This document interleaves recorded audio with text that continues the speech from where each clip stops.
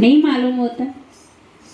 भाई किसी ने राम की गा दी, किसी ने कृष्ण की गा दी, किसी ने दुर्गा की गा दी, और कोई आया तो कोई ने शिव बाबा की गा दी, कोई ने विष्णु जी की गा दी। सब अपने अपने लगे हुए थे।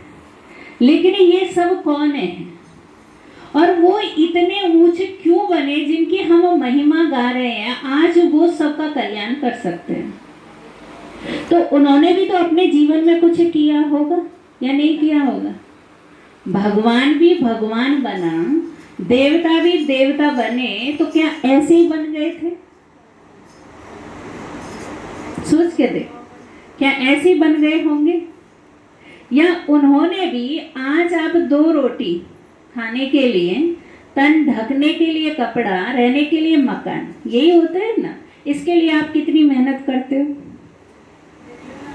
करते हैं या नहीं करते? मेहनत करते हैं ना।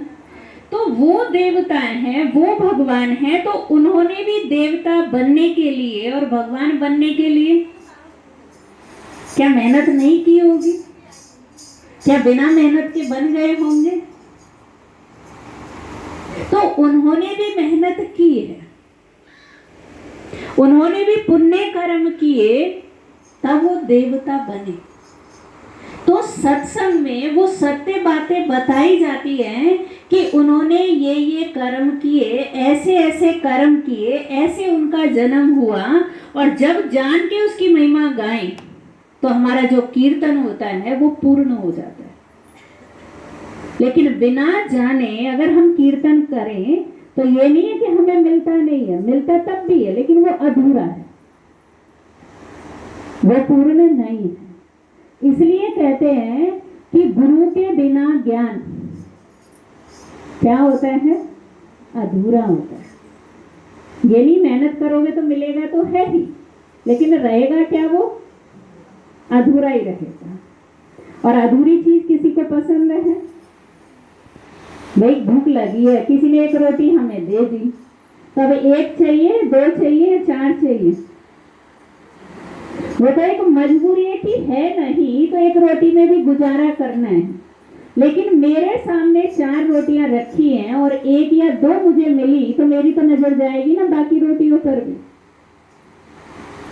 तो ऐसे ही जो हम मेहनत करते हैं उसका फल भगवान हमको देता है। लेकिन हम परमात्मा के बच्चे, तो हमें भी तो पूरा हक है ना उससे लेने का। तो वो हमें सत्संग में सीखने को मिलता है। तो इसलिए कहते हैं सत्संग रोज किया करो, सत्संग रोज किया करो। कीर्तन हो या ना हो, वो तो हो ही नहीं सकता रोज, क्योंकि कीर्तन के लिए तो क्या चाहिए? संगत चाहिए, और संगत हर रोज जुड़ नहीं सकती है। तो सावन मास चल रहा है, ज्यादा से ज्यादा चलेंगे, लेकिन हमेशा कीर्तन नहीं चलते। लेकिन सत्संग हम रोज कर सकते हैं।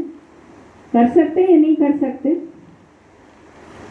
अपने मन को हम परमात्मा में लगा दें, जो परमात्मा सत्य है, तो हमारा रोज सत्संग है।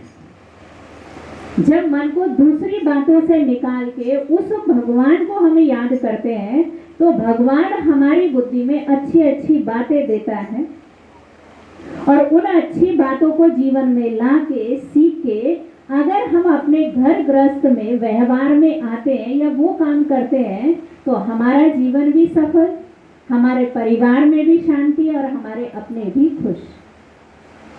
तो सत्संग हम रोज कर सकते हैं, लेकिन बस क्या होना चाहिए? तरीका पता होना चाहिए। एक सत्संग वो होता है जहाँ बहुत सारे लोग हो और गुरु प्रवचन दे रहा है, वो भी सत्संग है। एक वो सत्संग है जहाँ 2-4 लोग हो और भगवान की बातें चल रही हैं, वो भी सत्संग है। एक जगह आप 2 ही हो, अच्छी बातें या भगवान की बातें, वो भी सत्संग है। लेकिन कई बार हम अकेले होते हैं ना, अकेले। अब अकेले में सत्संग कैसे करें? अकेले में सत्संग करना बड़ा सहज है, आसान है। क्योंकि जब हम अकेले में होते हैं तो किसी की दूसरी बातें नहीं होती। अपने दिल से, अपने मन से जितना चाहे हम भगवान से बातें कर सकते हैं। जब दूसरे के साथ रहते थोड़ी देर तो हमारी अच्छी बातें चलेंगी, ये नहीं चलेंगी, लेकिन थोड़ी देर के बाद इधर उधर की भी शुरू हो जाएगी। हो जाती है ना, होती है कि नहीं?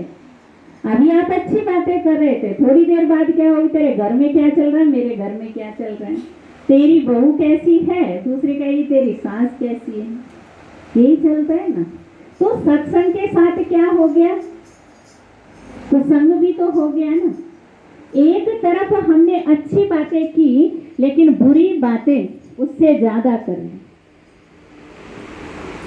हम दूसरों की कमियों को वहां देख रहे होते हैं, है ना। बुराई करना माना क्या है, कमियों को देखना। और जिसकी हम कमियों को देख रहे हैं, चलो उसके अंदर हो सकता है कि कमी हो, लेकिन ये बताइए हम कौन से दूध के धुले होते हैं? क्या हमारे अंदर कोई कमी नहीं है?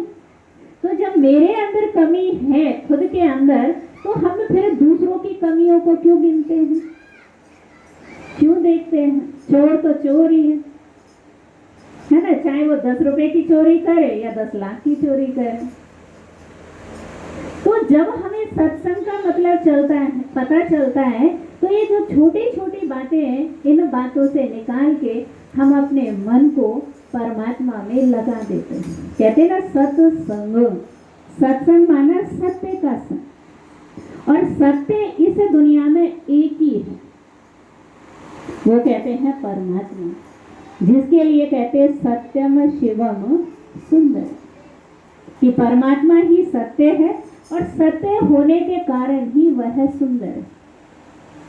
कई बार हम किसी के लिए कहते हैं ये बड़ी सुंदर है, या किसी भाई के लिए कहेंगे ये बड़ा सुंदर है, ये बच्चा बड़ा सुंदर है, बोलते हैं ना, लेकिन हम उनके शरीरों को देखते हैं,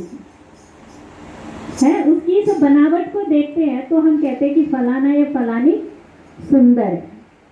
लेकिन सुंदर ये तो है, पर उसका मन कैसा है, उसका व्यवहार कैसा है, उसका रहन सहन कैसा है। फिर बाद में कहते मुझे तो अब पता चला कि मैं तो बड़ी अच्छी समझती थी, लेकिन